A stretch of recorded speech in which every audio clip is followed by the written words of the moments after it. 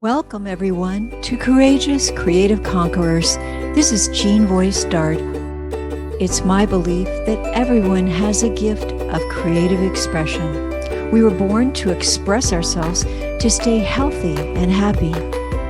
Whether you are planting a garden, writing a story, building a cabinet, sewing a scarf, or singing a song, what matters is expressing from the heart. And the creative and expressive arts are a healthy coping strategy that shifts us from trauma to triumph. So join me as we listen and learn key tips and techniques from our special guest and courageous creative conqueror. Our special guest today is Ramson Acheme, author, poet, and creative writer. Welcome. Thank you very much, Ms. Mahal, for having me on the program. Thank you. And tell us where you're from. Well, like you said, I'm from Nigeria. I currently reside in Lagos, and I've been here for quite some years now. And you grew up there? You've lived all your life there? Not really. I moved into Lagos 2006. Okay. Tell us what it was like growing up there and why you are a courageous, creative conqueror. What kinds of things happened in your life that inspired you to use the creative arts, specifically writing, to help you get through life struggles? Well, I grew up in a typical traditional family here in Nigeria. My father was a soldier and illiterate, but growing up as a child, I come across books that changed my life, books that taught me about thinking and creating stories about people and places.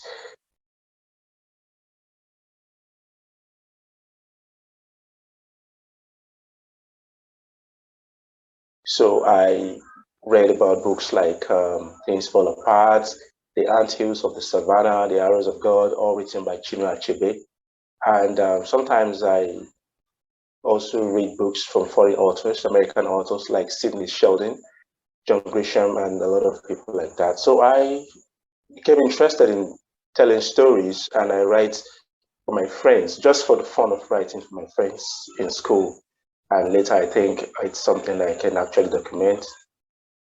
My goodness, it sounds like you were an avid reader, that you just really loved to read. And was this something even in early childhood, as a very young child as well?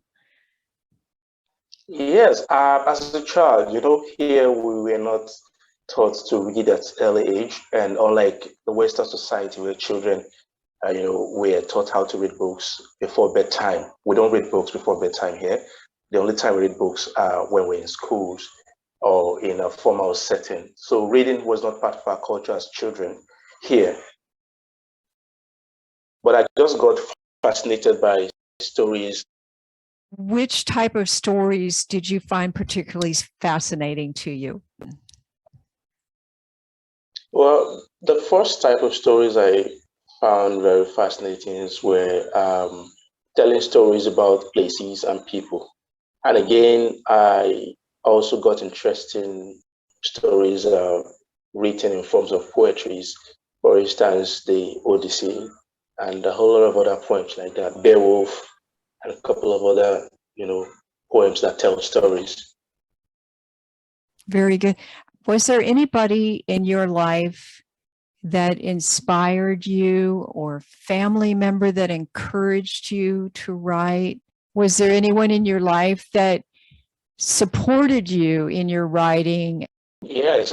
The only time I had people encouraging me to write was when I was on campus, and some of my roommates, and I just saw pictures of their girlfriends, and I write something very interesting for them. Oh, and during birthdays, yeah. That's good. And, during birthdays, they tell me, hey, Ramson, can you write me a poem for my girlfriend, for my mother, or my grandma celebrating her 60th birthday? Just write something good for me, and I do it for them. And that was how it started. Oh my goodness. So you wrote for your friends poems about their girlfriends and family and things you wrote for them. Oh, that's Yes, beautiful. grandmother. Yeah, grandmothers. And yeah, that's wonderful. And so when did you realize that this is something that you want to do all the time for yourself? Yeah, and that was about 2005. That was when I started writing my first book. And the book was published, but I was not encouraged because people here were not really buying, because the book was a religious book and the churches don't accept books from outside. So I had problem marketing the book. I still have a copy of that book here. Oh, you do? Oh, wonderful. Okay. Yeah. And you published that yourself? Yes, I did. Okay. Okay. And is it a book of poems or is it a book of your own personal experience? Just his person, what people think about him. Okay. And of recent, I really want to write creative books and not academic works. So my interests are basically on creative books like poems and short stories and related works, and not academic works, just like that. We were talking a little bit about challenges. What's happening where you're living right now? I mean, in terms of socio-economic challenges or personal Yes. challenges? What's it like for you where you're living right now? Well, in terms of COVID-19, a lot of people still don't believe in what is happening. And what we're getting from the news is not encouraging people as well, because it seems like most of the vaccines people are saying today are not even guaranteed of protecting anyone. Almost, we get headlines from BBC, from CNN, Wall Street journals, and they tell you that people get COVID, yet people still die, yet a lot of things are still happening.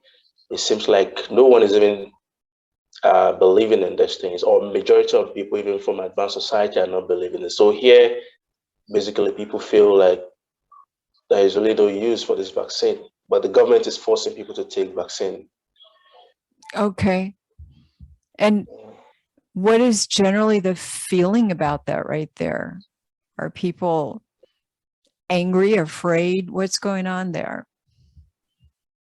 Yeah, they're both angry. They're also afraid of the unknown.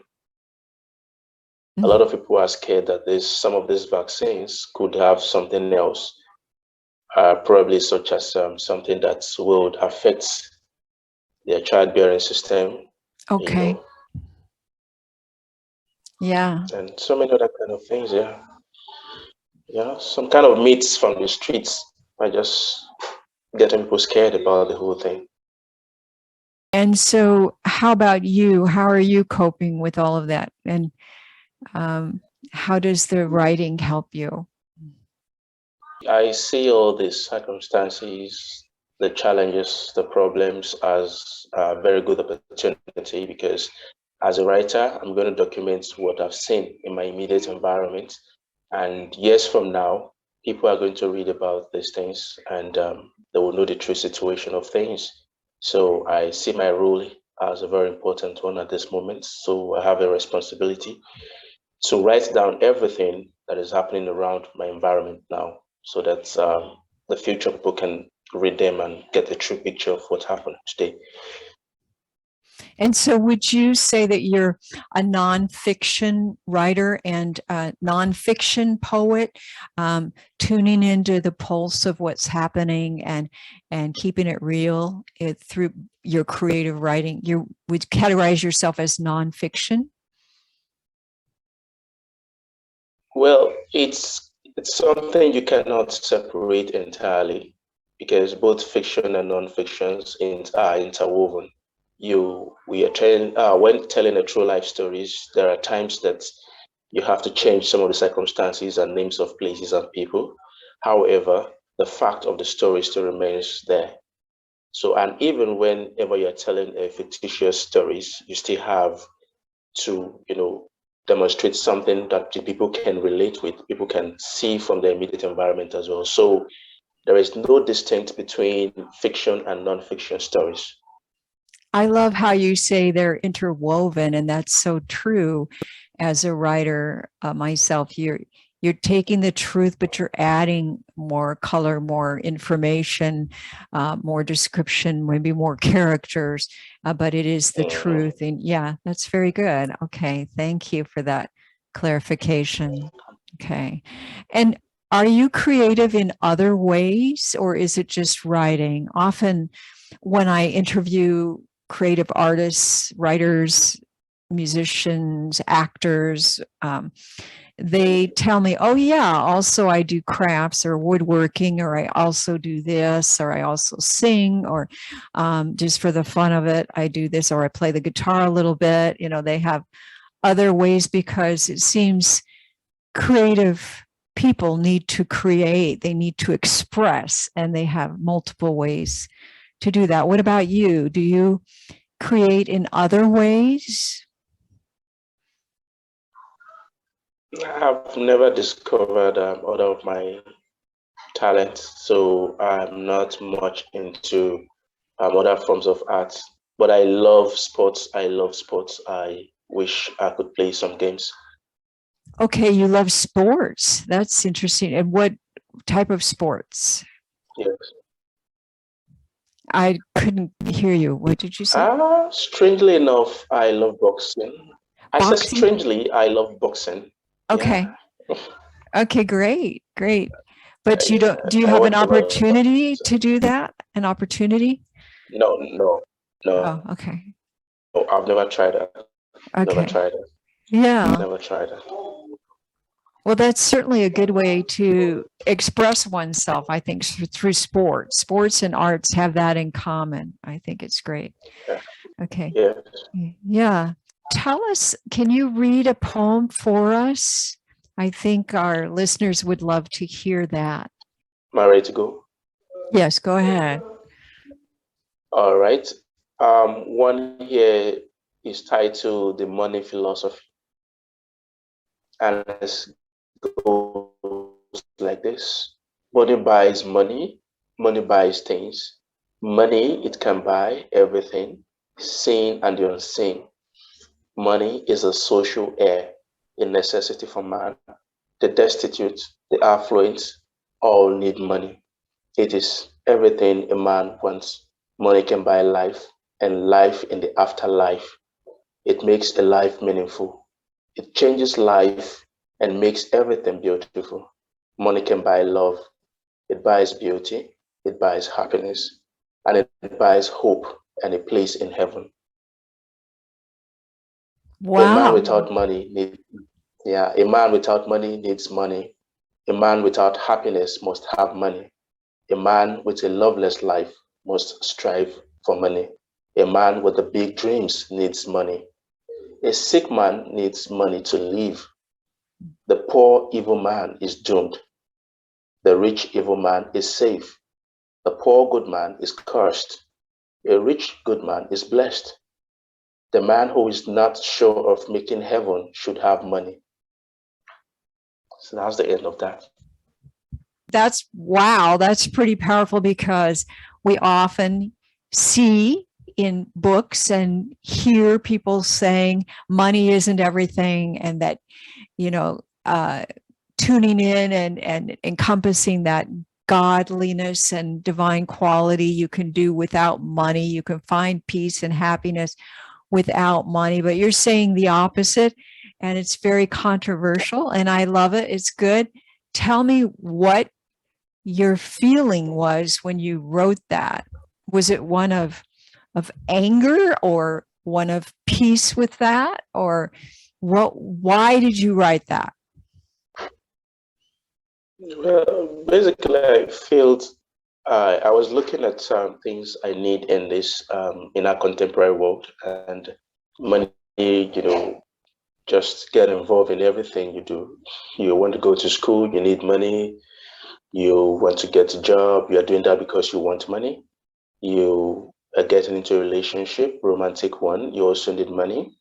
You want to have a good life, you need money to get that.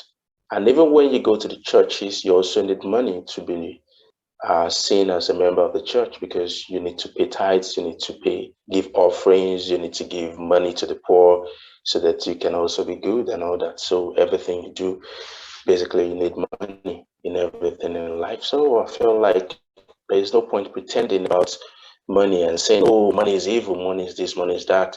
Money is everything, but the love of money is the problem. So once you pursue money for your daily upkeep and your daily life, I think it's perfect.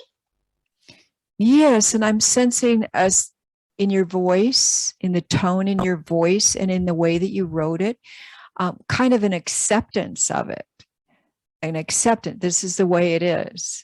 That you need money, Yes. not an anger. Yeah. Like you need money. I don't have. It's not like that. It's more just this is how it is, man. This is the way it is, and I think that's a good thing. Is that the feeling that you had when you wrote it? Just this is it. Yes, yes, Yeah. yes. Yeah. That And was what so exactly I felt. it's Yes. not, I think there's a balance. It's not, you're not saying, oh, I want money. I love money. I need money. Or you're not saying, I'm so mad I don't have money. It's just accepting in the middle position. This is how it is. Is that where you are? Yes. Yeah, that's good. Yes. Yeah. That Yeah. money is very important and it plays a central point in our lives. So without money, you can't just do anything nowadays. It Mm-hmm. costs money to do virtually everything. It costs money to do everything you want to do. You Mm-hmm. want to go to the best college. You want to go to the best college. You need money. I made first class in my bachelor's, but I couldn't travel overseas because I wanted to go to one of the best universities in Europe to further my education, but I can't afford it because I don't have the money. And it's a big dream that I look forward to. So, man, money is just in everything, you know. So Yes. It's I just a just have part of this physical world that we live in. Yeah. yeah. Yeah. Yeah. So you published a book, and so I think you're a successful author in doing that. And you write nearly every day, and you're a truth speaker and truth seeker. Um, so I'd love for you to speak to those who are out there and they're creative people, but maybe they have low self-esteem. Maybe they are saying, oh, I can't do this because I don't have the money, I don't have the time, I'm too busy, I got to take care of my family, I'm not healthy. What do you say to someone who has that creative spark but is hiding their light and is afraid and needs a little boost to take that next step? What do you say to them to encourage others that they can do that? And how do they get started? Do you have some tips to get started and be successful as a writer? Well, every big thing starts from something small.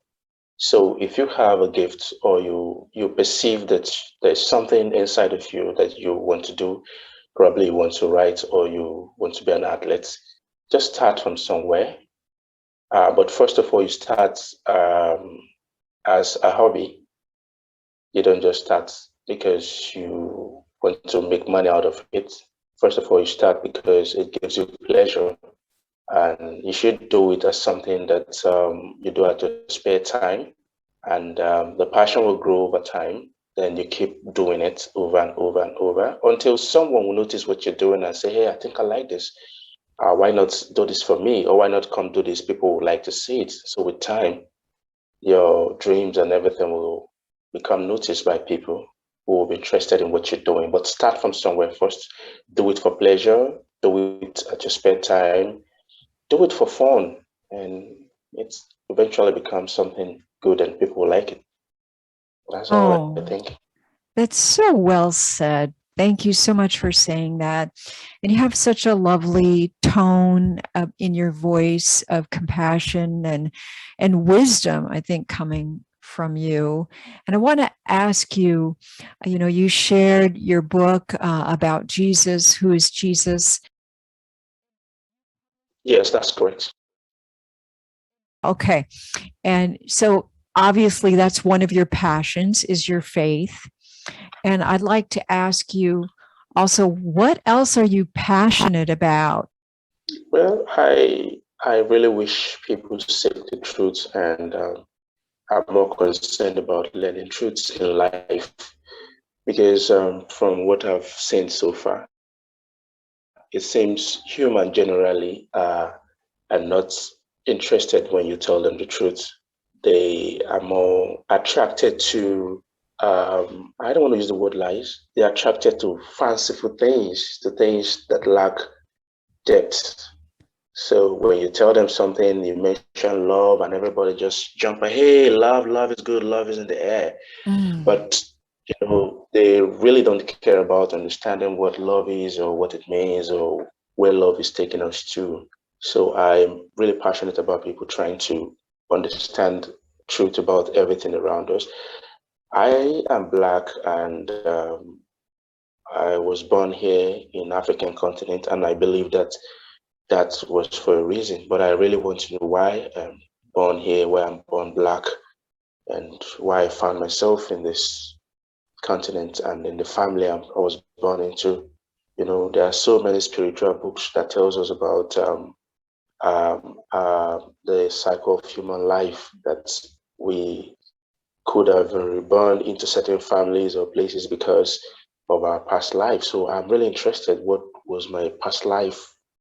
What was it like? Where was I in the previous world? Why am I in this life? If I'm coming back next time, where will I be in my next life and all that? But a lot of people are really not interested in such things, and besides, getting truths these days is very, very difficult. So I just keep reading and keep finding. Maybe one day I'll get some of these answers and all that.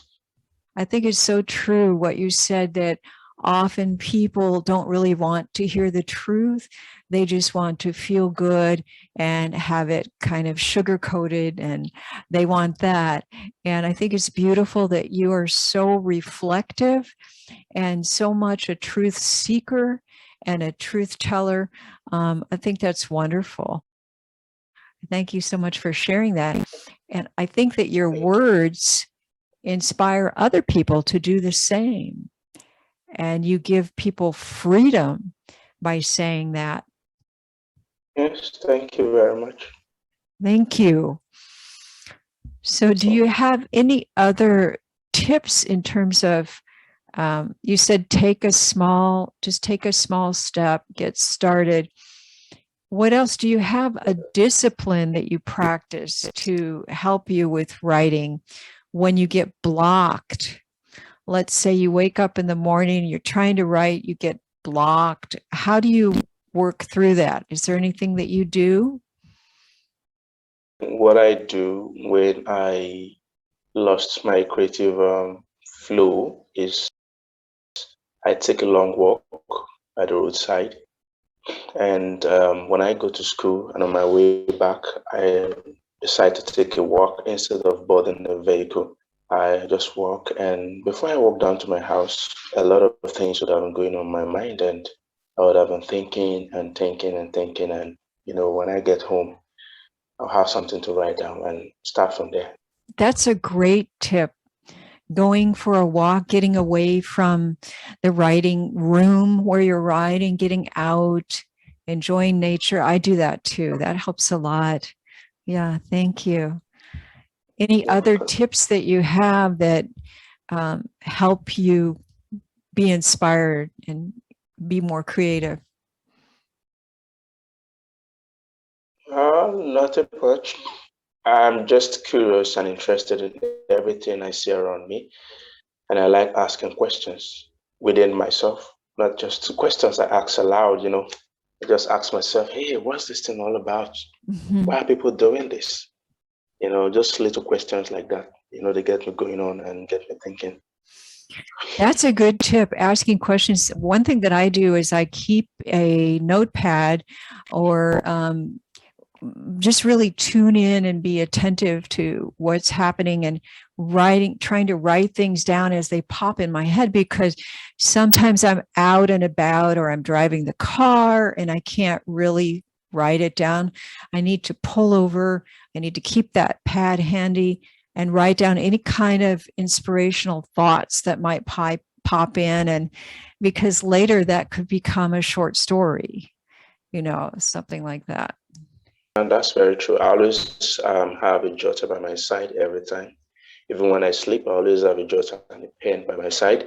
And in my school bag too, I always have a jotter and a pen in my school bag as well. So wherever I go to, I have access to pen, a writing material, and something to jot down some, ideas and things that comes around in my.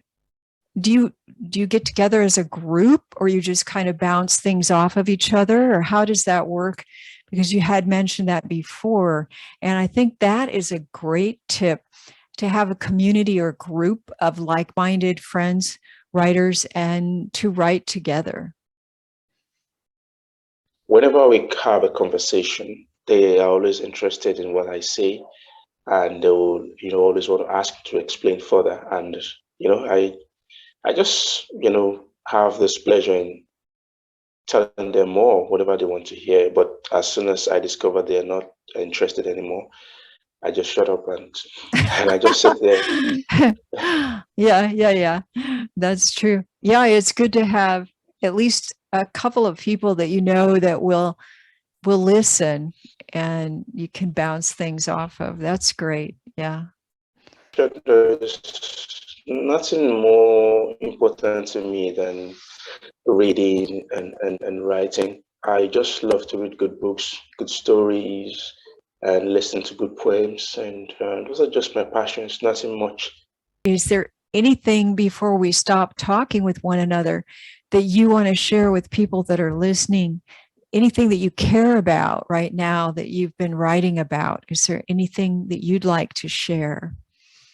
Yeah, what I really love to share is something about my ancestors, and it's a very deep story about my origin in Africa, and I'm really interested in digging deep into some of those stories, where about 6, 7, 8 generations of my fathers came from.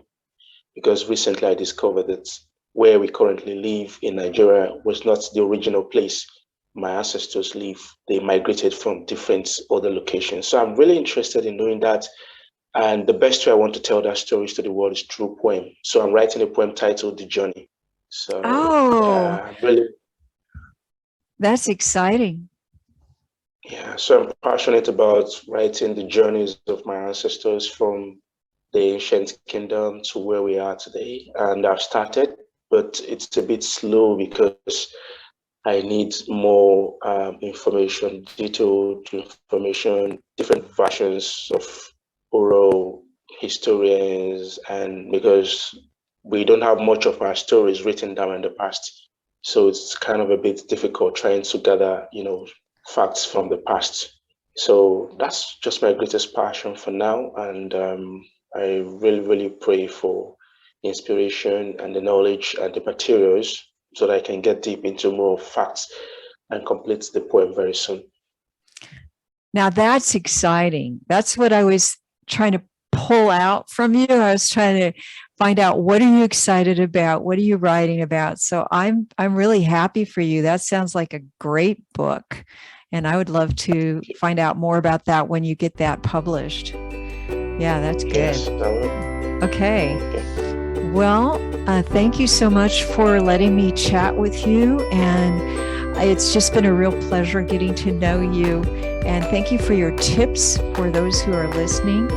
I've really enjoyed our time together, and I hope that we can get to know each other more, continue our relationship as friends. Okay. Thank you. Thank you. Bye, everybody. Thank you. Bye.